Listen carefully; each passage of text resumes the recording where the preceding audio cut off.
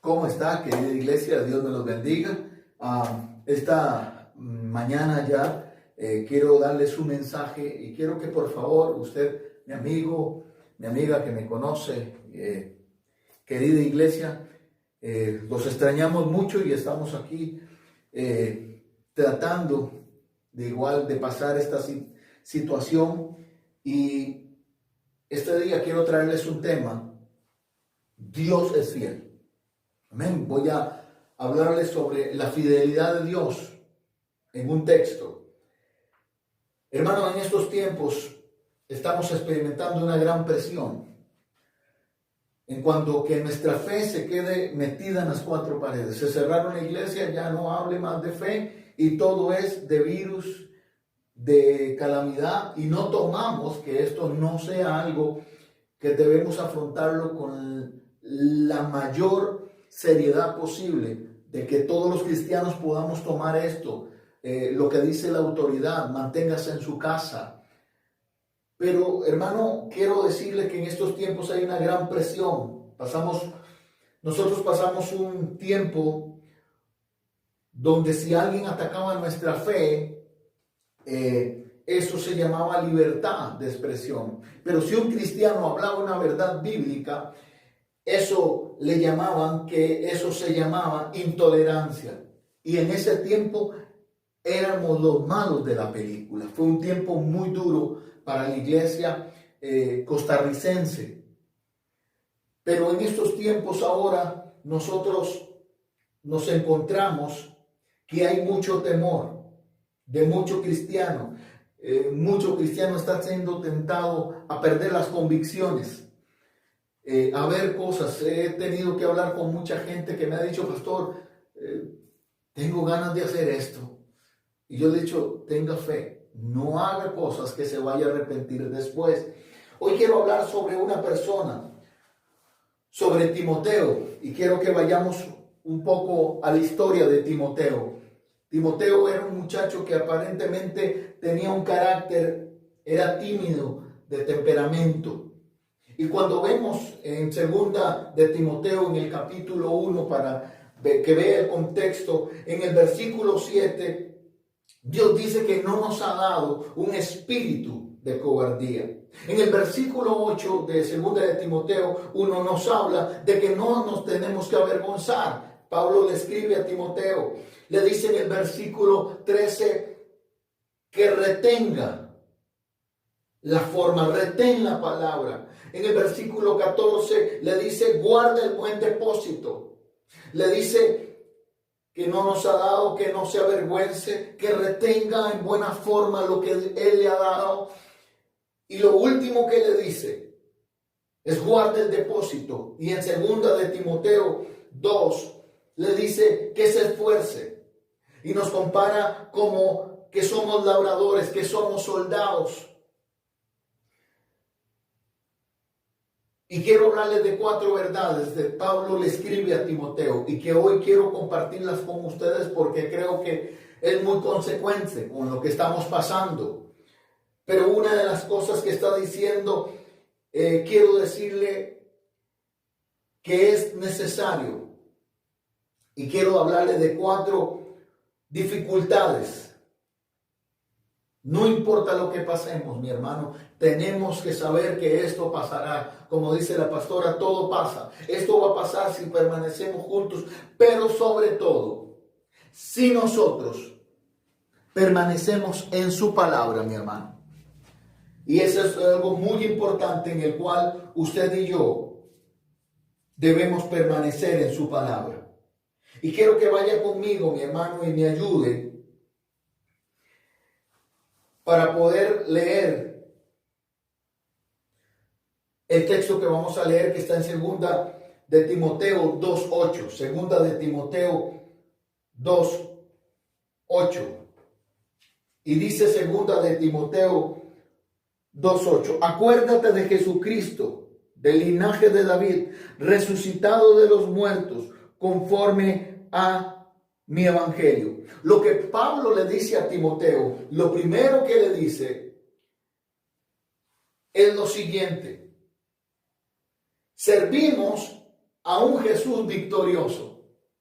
Servimos a alguien que venció a la muerte y que hoy está de nuestro lado.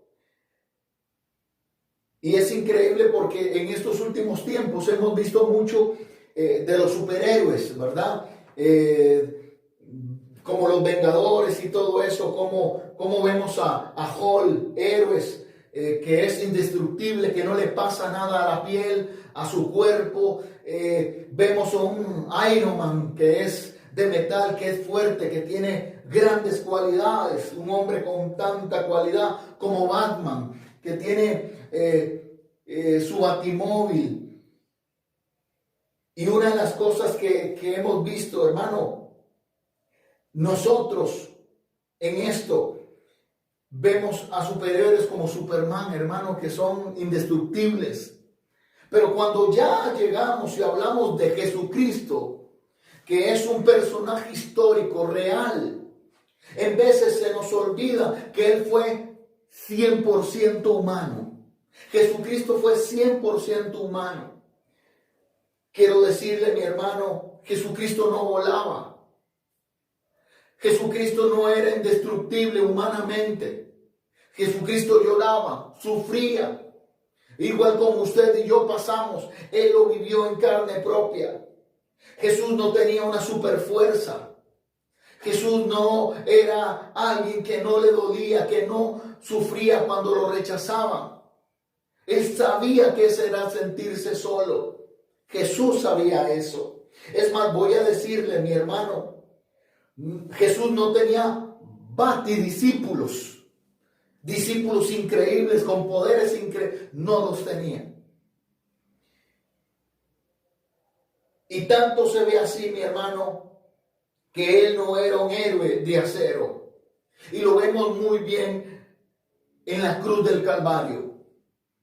Demuestra que era un hombre humanamente igual como usted y como yo, que pasó terribles consecuencias por usted y por mí. Una de las cosas es que Jesús se dejó derrotar para poder vencer. Una de las cosas es que Él dejó de pasar todo lo que pasó y que aparentemente Él no iba a tener el control, pero demostró que en esa debilidad Él pudo demostrar, y lo demostró. Mi hermano, si vemos bien la historia, Jesús, ¿dónde lo demostró? Al resucitar. Cuando Jesús resucitó, demostró decir quién era Él, que lo que Él decía era cierto. Cuando nosotros pasamos estas dificultades de que no hay empleo, de que, hermano, amigo que me escucha, hay situaciones, gente que ha perdido todo, gente que ha perdido los esfuerzos de años. No es tanto eso, gente que ha perdido sus familiares, que no han podido ni verlos. Entran a un hospital y no los vuelven a ver porque si mueren por causa de este virus, los incineran y no los vuelven a ver más. Gente que tal vez no le pudo decir una palabra de aliento a un ser querido. Y los que hemos perdido un ser sabemos lo que se siente perder. Ahora imagínense en estas condiciones. Pero Jesucristo demuestra que Él era quien decía cuando Él resucitó. Y quiero que vaya conmigo a Romanos. Ahí va a aparecer el versículo en Romanos 1:4. Mire lo que dice Romanos 1:4. Agarre su Biblia, mi hermano que me está viendo. Y dice que fue declarado Hijo de Dios con poder según el Espíritu de santidad por la resurrección de los muertos. Jesús, al resucitar, demostró que Él era Dios. Demostró que Él es grande y poderoso. Entonces yo le pregunto a usted, ¿por qué hay tanto temor en el cristiano? Y yo quiero hablar porque muchas veces creemos que lo que padeció Jesús lo padeció como un superhéroe. No, lo padeció en carne y sangre, como usted y yo. Él, mire mi hermano, si algo le puedo decir, es que Jesús nos entiende. Jesús nos entiende qué estamos pasando. Y mire, vaya conmigo en Hebreos. Vaya conmigo en Hebreos 4. Hebreos 4, ahí le va a aparecer, pero si usted tiene su Biblia, por favor, sígame, Hebreos 4:15. Porque no tenemos un sumo sacerdote que no nos pueda compadecerse de nuestras debilidades, sino uno que fue tentado en todo, según nuestra semejanza, pero sin pecado. Si alguien a usted lo puede entender, es Jesús. Si alguien usted lo puede entender de todo esto, es Él. Él pasó todas estas cosas. Él es nuestro rey, es nuestro victorioso. Él no era un superhumano. Él sabe lo que usted y yo padecemos. Él sabe la necesidad que tenemos. Pero hoy en día, mi hermano, estamos viendo gente. Dice que tenemos un gran sumo sacerdote. Él nos entiende. Mire, nosotros somos tan débiles, y es cierto, tan débiles ante un virus que ha puesto de rodillas a toda la humanidad. Los países con más desarrollo a nivel mundial han tenido que ceder y darse cuenta que algo que parecía que no iba a afectar, nos afectó. Un virus nos hizo. Y está demostrado que mire, algo que hemos visto por redes sociales que ha afectado atletas, periodistas, estrellas de cine, cantantes. Hay algo que está pasando y que se está poniéndose en evidencias en redes sociales y en medios de comunicación. No sabemos vivir en familia. La gente no aguanta vivir en familia. No aguanta tener a los hijos y al esposo, a la esposa y a los hijos. Están viendo a ver qué hacen, porque estábamos tan acostumbrados a que nuestros hogares fueran para ir como un hotel. Dormimos, comemos y nos vamos. Y ahora se está diciendo que no sabemos vivir en familia. No sabemos vivir en familia. Y es algo que Dios nos está enseñando. Tenemos que aprender a vivir en familia. ¿Cómo es posible? Aunque sean memes y chistes y todo eso. Pero la gente dice que le está dando ansiedad de estar metido en la casa. Y uno dice, bueno, pero sé que esta situación es incómoda, pero Dios nos quiere llevar a que tengamos paz y confianza con Él. Porque si Él humanamente pudo pasarlo, mi hermano, usted y yo lo podemos pasar. Y mire lo que dice mi hermano, siguiendo con el tema, en Apocalipsis, venga conmigo y leamos Apocalipsis 5. Mire lo que dice Apocalipsis 5. Y cuando está en este texto, es porque dice la Biblia que Juan está encerrado y empieza a llorar diciendo quién es digno de poder abrir los sellos. Y estaba llorando, dice que estaba llorando mucho, pero mire lo que dice el versículo 5. Y uno de los ancianos le dijo, no llores, he aquí que el león de la tribu de Judá, la raíz de David, ha vencido para abrir el libro y desatar los sellos. Y miré y vi en medio del trono de los 4 seres vivientes y en medio de los ancianos, estaba en pie un cordero como inmolado, que tenía 7 cuernos y 7 ojos, los cuales los 7 espíritus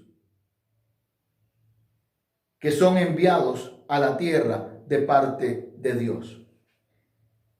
Y una de las cosas que dice es que vio a Cristo inmolado. Porque parece que Él se dejó vencer para que usted y yo hoy venzamos. Y entonces yo le quiero decir a usted, mire lo que dice el versículo 10, la promesa en el versículo 10. Y nos ha dado y nos ha hecho para nuestro rey reyes y sacerdotes, y que reinemos sobre la tierra. Él nos da una gran promesa de seguir. Pero mire, y volvamos al texto, a Timoteo. Volvamos a Timoteo, mi hermano. Y mire el verso 9. Segunda de Timoteo 2:9. En el cual sufrí penalidades hasta prisiones de modo de malhechor. Mas la palabra del Señor no es presa. Pablo no quiere engañar a Timoteo diciéndole, y no le está hablando de prosperidad, diciéndole, hermano, mire, en estos momentos difíciles, nadie habla ahora de prosperidad. Parece que eso paró. Pero Pablo le está diciendo a Timoteo, mira, Timoteo, si tú predicas lo que yo predico, esto es lo que te espera. Eso no es muy alentador, pastor. Pero es lo que Dios nos está diciendo. Vamos a esforzarnos. Vale la pena esforzarse para servirle al Señor. Vale la pena hablarle. Si tú predicas lo mismo, Timoteo, te va a pasar esto. Y parece que él estuvo encerrado porque en el libro de Hebreos habla que él salió de prisión, hablando de Timoteo. Entonces tuvo que pasar algo muy parecido. Y él dice que estuvo encarcelado como malhechor. O sea, cuando dice malhechor en el contexto bíblico, es que era de lo peor. Esa palabra era usada para personas muy malas. Y Pablo está hablando y le está diciendo, así me ven. Así me ve la sociedad. ¿Cómo nos ven a nosotros, hermano? Ahora cuando usted está en casa es que usted puede demostrar quién es usted en Cristo Jesús. Y decirle, Señor, aquí estoy. Vamos para adelante. Vamos poniéndole. Hay que orar, hay que pedirle al Señor. Dice, nos pueden cerrar la iglesia, pero la palabra no está presa. O sea, pueden encerrar al mensajero, pero no al mensaje. Al final de todo esto, mi hermano, que cierren las iglesias y hay que cerrarlas por esta situación, se van a abrir en un momento. Pero usted y yo tenemos que decir que la palabra no está presa, no está prisionera. Los grandes continentes y países que han detenido la palabra no pudieron, detuvieron a los mensajeros de la palabra, los encerraron, fueron mártires. Pero la palabra ha llegado hasta lo último porque la palabra es fiel. La palabra del Señor es fiel. No van a poder detener la palabra. Y vamos a hacer lo que tenemos que hacer. Cuando Pablo fue encarcelado, Dios usó eso para expandir la palabra. Uno dice, bueno, Dios, pero bueno, yo que Dios le hubiera dado la salud, quitarle el aguijón, ¿y por qué encerrado? Bueno, esa fue la forma en que Dios usó a Pablo para que esas cartas llegaran a usted y hoy tuviéramos esas cartas. Alguien tuvo que pagar el precio. Entonces yo le digo a usted, mi hermano, esto es lo que le está diciendo Pablo. Esto es la relación que yo tengo con Dios. Entonces, mi hermano, lo que quiero decirle, Dios tuvo, hermano, en la iglesia creo que Dios tuvo que pagarnos los viajes, las excursiones, pararnos todo lo que teníamos, hasta el fútbol nos quitó, para decir, esto no es para perjudicar a la iglesia, es para despertar la iglesia que nosotros tenemos. Ahora tenemos, hermano, hermana, tenemos que empezar a creerle a Dios, a empezar a motivarnos para que sigamos. Pablo le pide a Dios que él quiere ir a Roma. Y escúcheme con esto. Pablo le dice que 2 veces que quiere ir a Roma y que quiere ir a Roma. Dios le complace para que él vaya a Roma a predicar. ¿Y cómo lo hace ir? Lo hace ir gratis en un barco del gobierno. Lo hace ir, mi hermano, preso, con soldados que no le podían, que lo cuidaban. Entonces Dios hizo lo que Pablo quería, pero al modo de él. No fue pagando un jet, no, fue preso en un barco con no sé cuántos soldados. Él estaba ahí. Porque yo quiero decirle, mi hermano, quiero decirle y entiéndame esto. Usted sabe dónde estaba Pablo cuando escribió lo que estamos leyendo, segunda de Timoteo. En la cárcel. Ahí. Él no estaba, bueno, voy a irme a las montañas a subir para que Dios me... No, en la cárcel. Y quiero decirle, mire lo que escribió Pablo en la cárcel. Escribió Colosenses. Escribió la carta de Filipenses, Efesios, Timoteo y segunda de Timoteo. Le vuelvo a repetir, Colosenses, Filipenses, Efesios, Filemón y segunda de Timoteo. Estas cinco cartas las escribió Pablo encerrado. Y mire el tercer principio que quiero enseñarle en segunda de Timoteo. Mire el verso 10. Por tanto, todo lo soporto por amor a los escogidos, para que ellos también obtengan la salvación que es en Cristo Jesús, con gloria eterna. Pablo dice, yo paso todo esto por amor a los escogidos. Por amor a los escogidos vale la pena pasar lo que tengamos que pasar, con tal de que todos los escogidos que Dios nos ha puesto, porque dice que antes de la fundación del mundo fuimos escogidos. Hay mucha gente que no lo sabe. Tal vez su esposo, su prima, su abuela, su tío, no sé, su cónyuge, su vecino, hoy tiene la oportunidad de darle el testimonio y decirle que ha sido escogido. Vale la pena pasar todo esto, pero al final lo vamos a pasar. La palabra no está presa, mi hermano. La palabra está ahí. Y mire lo que dice segunda de Timoteo 1:9. Segunda de Timoteo 1:9. Ahí lo va a ver. Quien nos salvó y llamó con llamamiento santo, no conforme a nuestras obras, sino con el propósito suyo y la gracia que nos fue dada en Cristo Jesús. Una de las cosas que dice, no es por obras. Esto que Dios nos dio no es por obras. Tenemos que padecer lo necesario para que la palabra llegue al perdido. Es necesario hacer, mire, en estos días que hemos estado, usted no sabe la cantidad, cómo me rompió el sábado el corazón, las madres y los niños que decían, pastor, no tenemos que comer. Y yo dije, Dios mío, algo tenemos que hacer. Y le he pedido a Dios y Dios responderá. Porque hay gente que ha perdido todo. Tal vez usted esté en su casa, pero hay gente que no tiene.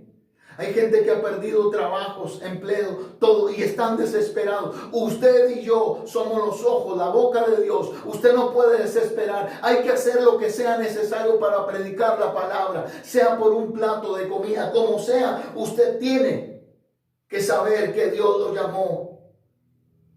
Y le voy a decir, y tal vez con esto le voy a caer mal, pero el Señor no nos llamó a conocer lo que Él no nos ha revelado.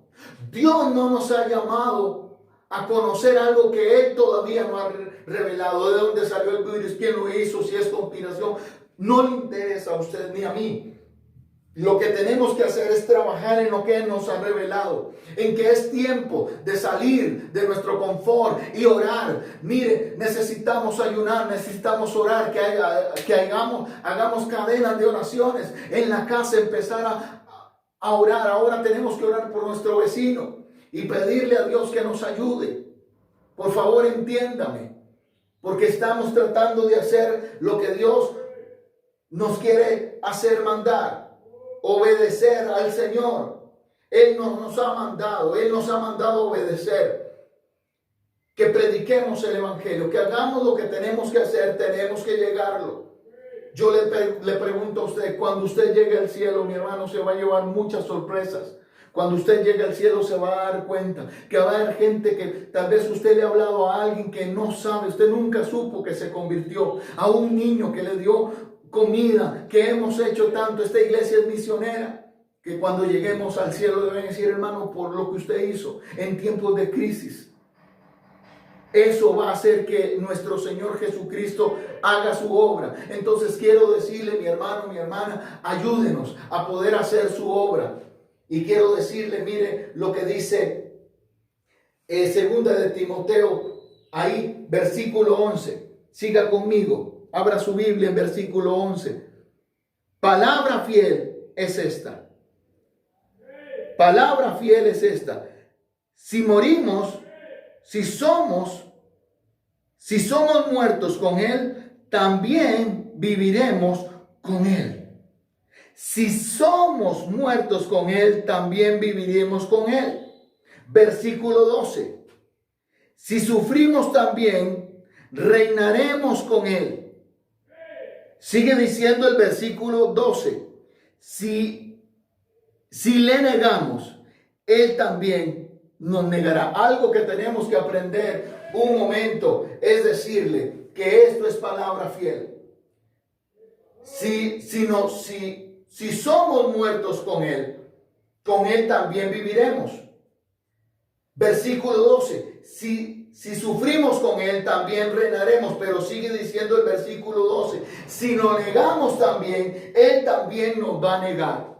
Y aquí es donde han hecho malas cosas en cuanto a entender este versículo. Lo que dice es que Él es fiel. Palabra fiel es esta. Palabra fiel es esta. Palabra fiel es esta. Y mire lo que dice Primera de Corintios 15, 31. Vaya primero, ahí le va a salir el versículo, pero vaya conmigo a Primera de Corintios. Primera de Corintios 15. Primera de Corintios 15, 31. 31. Primera de Corintios 15, 31. Os aseguro, hermanos, por la gloria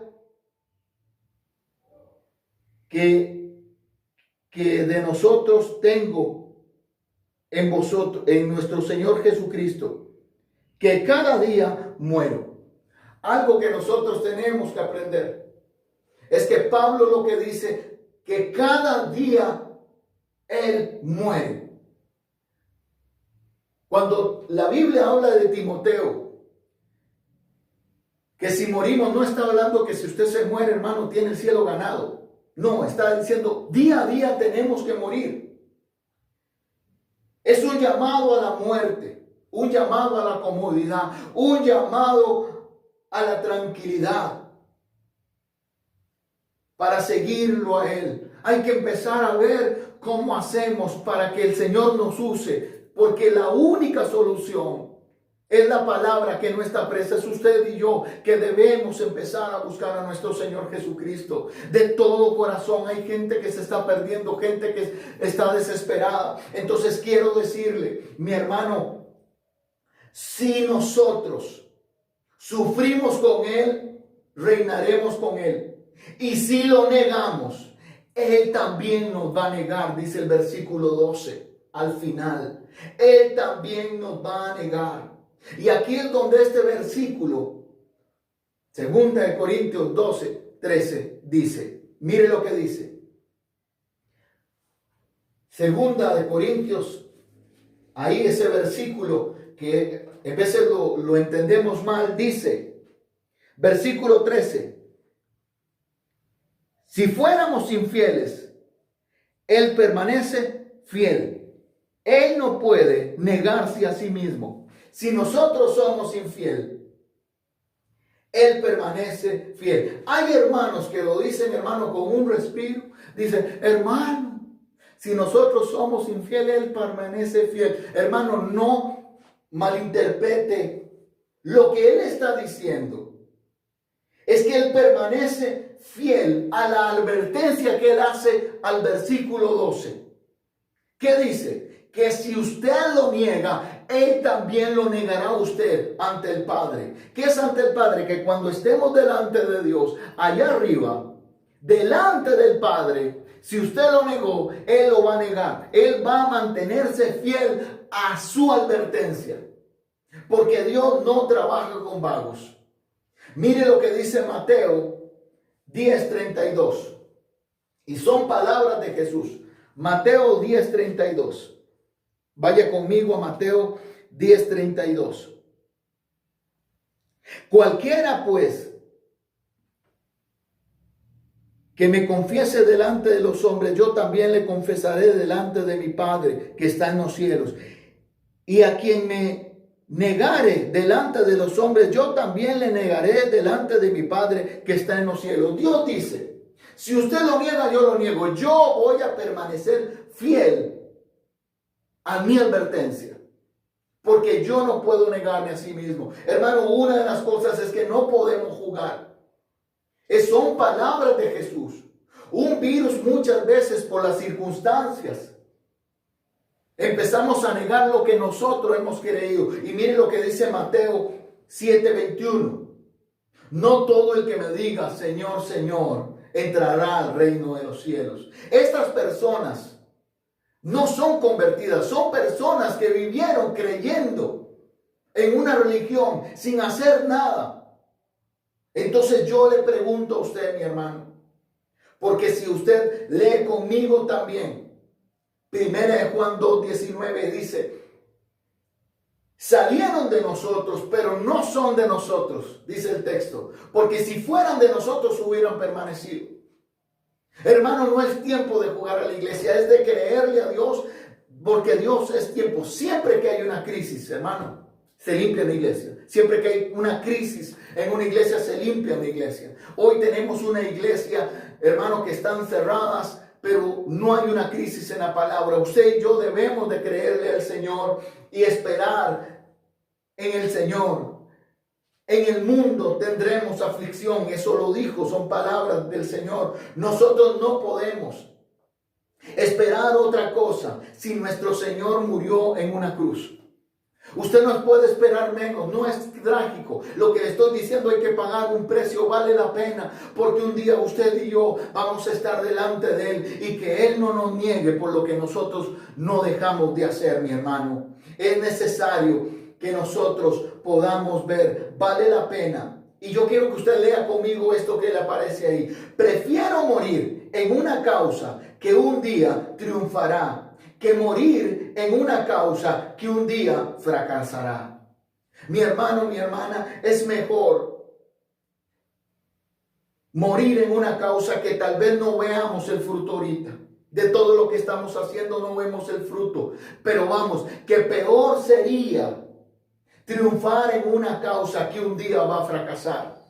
Le voy a decir la historia de un niño. Un niño llegó y le dijo a su padre, papá, no quiero volver a la escuela, porque en la escuela hay que esforzarse mucho. Entonces el papá le dijo, hijo, ¿te acuerdas de Noé? Un hombre que se esforzó y perseveró y hizo el arca y salvó a su familia. ¿Te acuerdas de Daniel y sus amigos? Perseveraron y cuando sus amigos iban a ser arrojados al horno de fuego, perseveraron y Dios los alcanzó. ¿Te acuerdas de Claudia Paul? Una muchacha que empezó a perseverar a las 2, 3 de la mañana en una piscina pública. A las 2 de la mañana con ese frío, pero perseveró y alcanzó una medalla olímpica que hasta el día de hoy no la ha alcanzado. ¿Te acuerdas de Navas, que perseveró y mira hasta dónde ha llegado, hijo? Y le dice, y hijo, ¿conoces a Pancho Pistolas? ¿Quién es Pancho Pistolas? Yo no he oído nada de Pancho Pistolas porque él no perseveró. Hermano, lo que le quiero decir es que nos conozcan porque somos hijos del Eterno. Que no digan que usted no lo conozco. Que el Señor diga no lo conozco.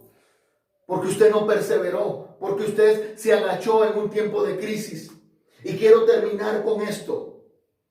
Mi hermano, ¿qué le puedo dar a Dios que Él no haya recibido?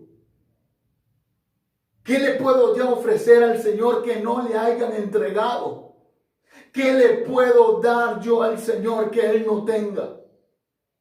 ¿Qué le puede enseñar o dar usted al Señor que Él no haya recibido de alguien mejor? En veces somos tan soberbios, debemos de buscar y creer que en estos tiempos es cuando la iglesia va a ser lo mejor. Vamos a subir, vamos a ver la gloria de Dios, vamos a ver los tiempos. Aunque estos tiempos son difíciles, quiero decirle, mi hermano, que Dios es fiel. Dios se mantendrá fiel. Quiero agradecerle a la iglesia porque hemos orado, hemos visto, pero la Biblia dice que si usted es infiel, Él permanece fiel. ¿A qué? A sus advertencias, que si usted lo niega, si usted no se presenta como un hijo de Dios y una mujer de Dios en su trabajo, yo creo. Mire, mi hermano, le voy a decir, yo sí sé que hay que pagar agua, luz de la iglesia. Ahorita no hay ofrendas, pero le quiero decir algo. Dios es tan fiel que usará hasta las piedras, pero después no se queje si usted no hace lo que le toca. Yo no le estoy pidiendo dinero. Yo no les estoy pidiendo diezmo. Lo que le estoy pidiendo, demos lo mejor para alcanzar al perdido. Es tiempo